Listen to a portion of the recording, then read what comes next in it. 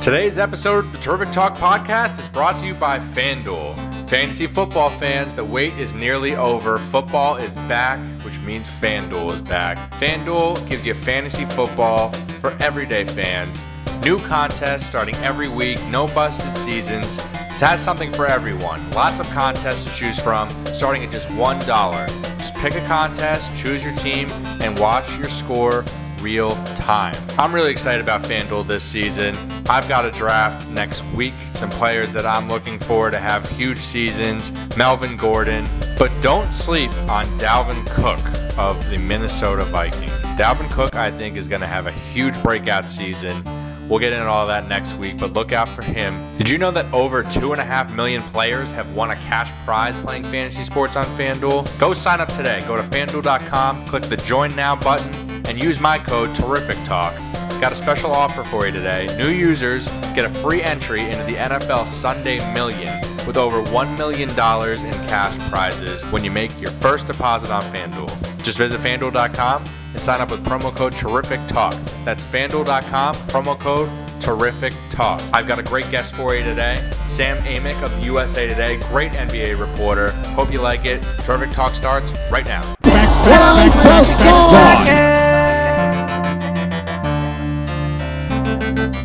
Welcome to Terrific Talk. Beautiful day here from the Hoboken Studios in New Jersey. Thanks for checking out the podcast, whether you're listening on iTunes or off the free CLNS Media app. Got a great guest here for you today. Sam Amick has been covering the NBA for USA Today since 2012. He's worked at Sports Illustrated, AOL Fan House, the Sacramento Bee. He's a great NBA reporter. He's also host of a weekly podcast called the NBA A to Z. I wanted to have him on today so you guys could kind of hear his story, get a better idea of how he's gotten to the position he's in. So let me bring him in here. Sam Amick, welcome to Terrific Talk. Tom, thanks for having me. I appreciate it, man. So before we get into your background, I was just reading your bio, and in there it says you once split your forehead open on a failed dunk attempt. Set the scene for us. How old were you? What happened there? I made the mistake a while ago of sharing that in my bio because I get asked about it every once in a while, and then I have to actually be a decent person and tell the real story, which is not nearly as cool as it sounds. So the real story was at my father's old house, and I grew up in the San Francisco Bay Area, a town called Pleasanton.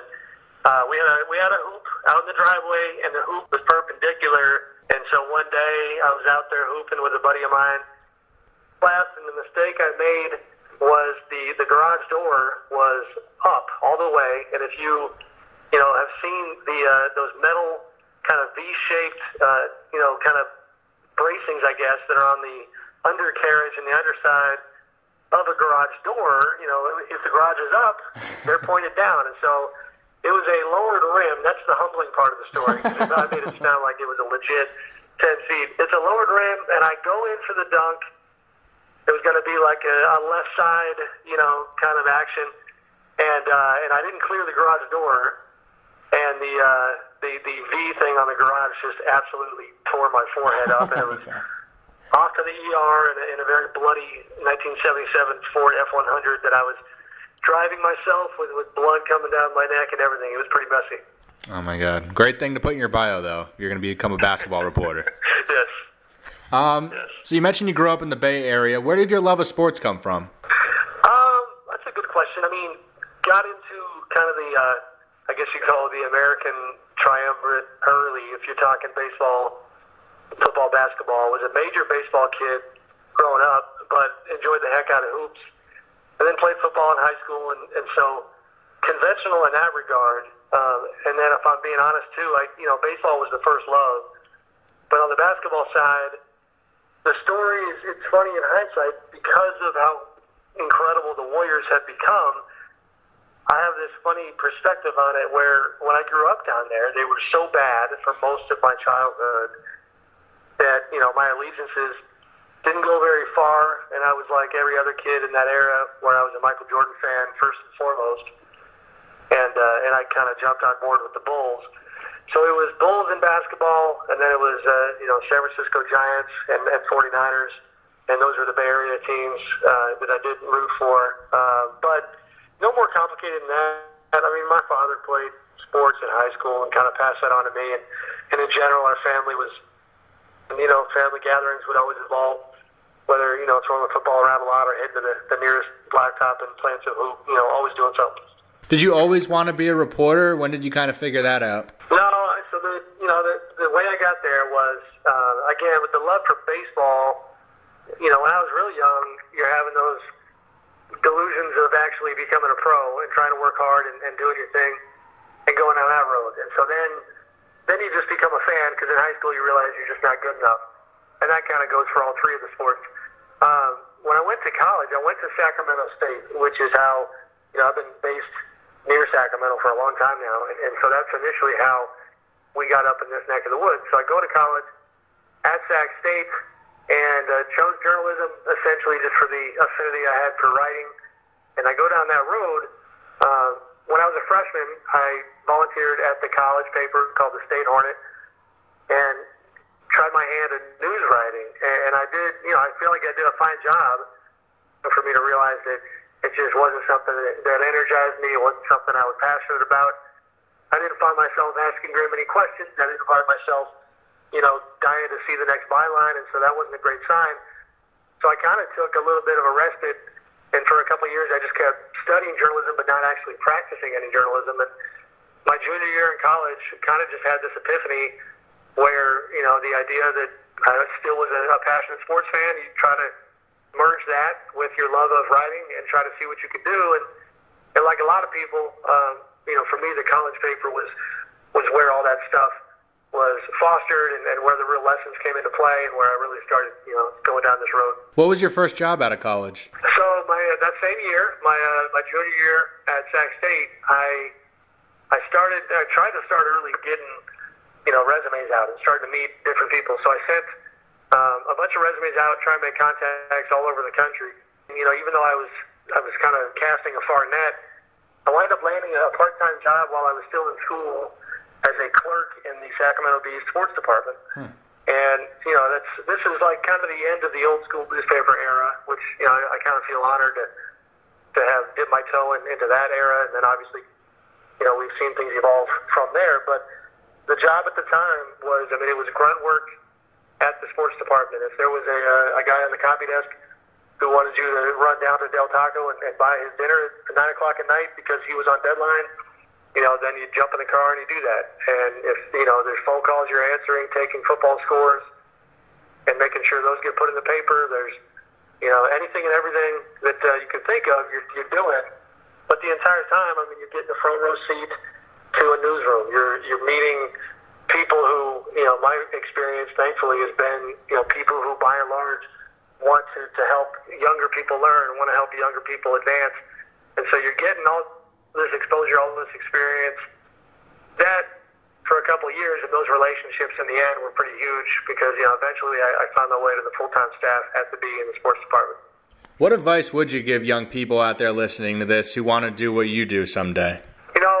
I get asked that a lot, and I need to really crystallize my answer to that question because my disclaimer right out the gate is that, because things have changed so much, I feel like the model is simply not what it was before. In the past, you could confidently tell young people, it's not that complicated. Reach out to the papers, meet the sports editors, make those relationships, start writing on your own, get your work evaluated, try to improve your voice, try to improve your confidence, all those things. And some of those things are still true, but the structure of the industry is obviously so much different. I feel like it's never been easier to get published, but it's never been harder to get paid to get published.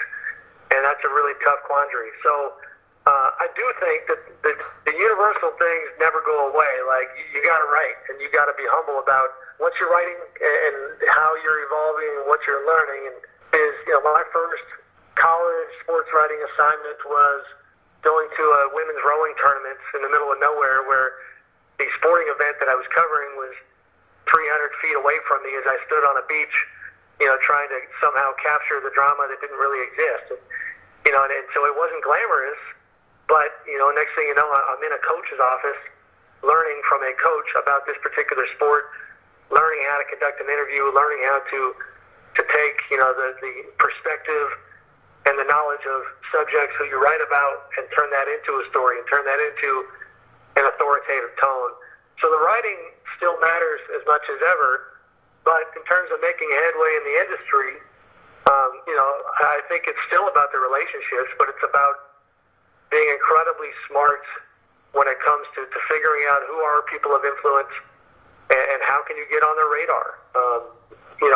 The longer I do this, like when you hear, to me anyway, when you hear the expression, that it's who you know, I've always been kind of taught and believed that that's a very negative phrase. That's like the game is rigged. Like it shouldn't be who you know, it should be what you're about. But I think it is a harsh truth that when combined with hard work, when combined with talent, that's the combination you got to find.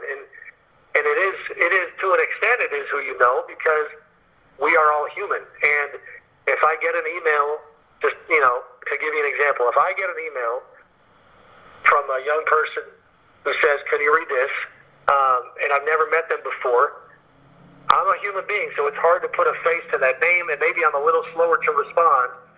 But if I get an email from that guy who approached me at a Warriors game and went out of his way to make a connection, and then I remember, oh, this is that guy who was so friendly at the game and who seemed like he was so invested in doing this, then all of a sudden I'm motivated to help that person. So, I think the relationships matter, and there's no blueprint on how to make some of those happen, but I do still think it's possible. Quick break to talk about our sponsor, FanDuel. So excited to have them on board. Over 2.5 million players have won a cash prize playing fantasy sports on FanDuel. We are 1 week away from the NFL season starting. Fantasy football's back. FanDuel's back. FanDuel's got new contests starting every week. No busted seasons. Something for everyone. Lots of contests to choose from. They start at just $1. You pick a contest, you choose your team, and you watch your score real time. Quarterbacks to choose from this season. You've obviously got Aaron Rodgers, Tom Brady, Drew Brees.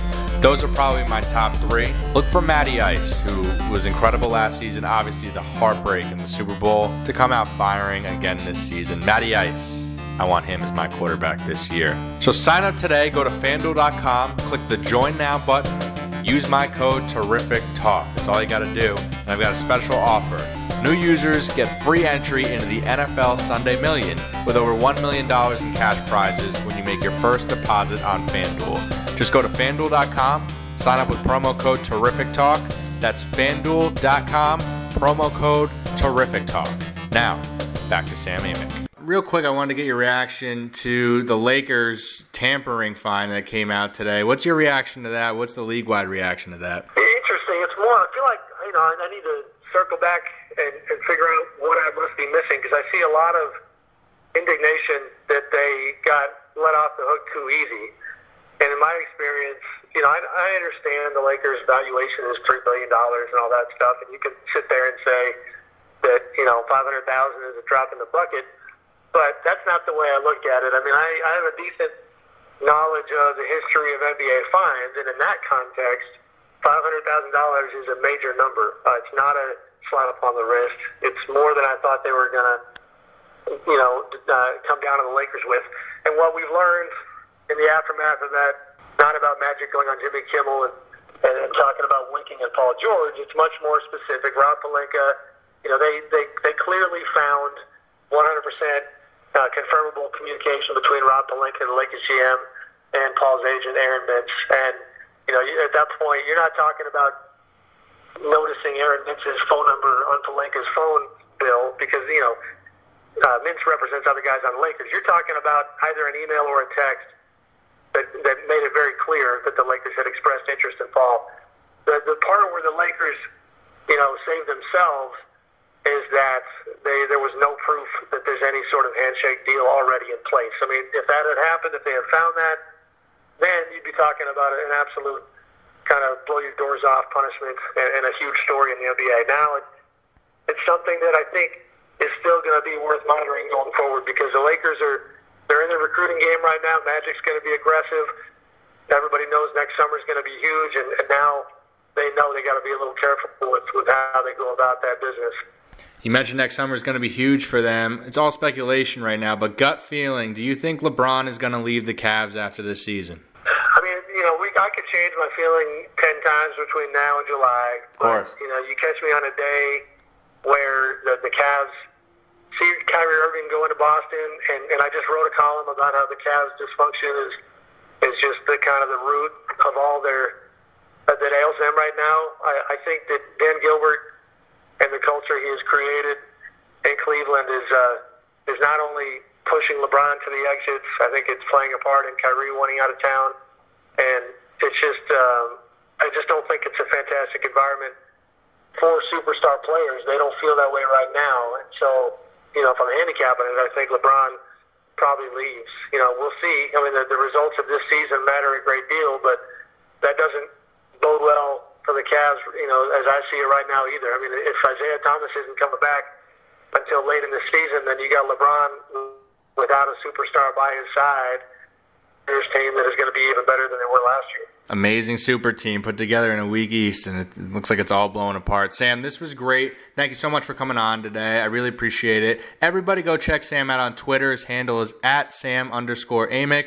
Check him out this NBA season at the USA Today. Sam, thanks again. Good luck this season. You got it. Thanks for having me, Tom. That'll do it. Thank you for listening to today's episode of the Terrific Talk podcast. Next week, I just want to let you know, people who have been listening to this podcast for years are excited because Kyle Appel will be back on this show. As you know, Kyle and I go through lines, the NFL lines. The NFL season is 1 week away. We're bringing the podcast back next week. We'll give all our fantasy football advice. That's why I'm really excited. FanDuel. I want you to sign up today. Go to FanDuel.com, click the Join Now button, use my code TerrificTalk. New users get free entry into the NFL Sunday Million with over $1 million in cash prizes when you make your first deposit on FanDuel. Just go to FanDuel.com, sign up with promo code TerrificTalk. That's FanDuel.com, promo code TerrificTalk. You get all our fantasy football advice next week. Really looking forward to it, so check that out. That'll be dropping early next week. Kyle Appel back on Terrific Talk. For now, have a good weekend.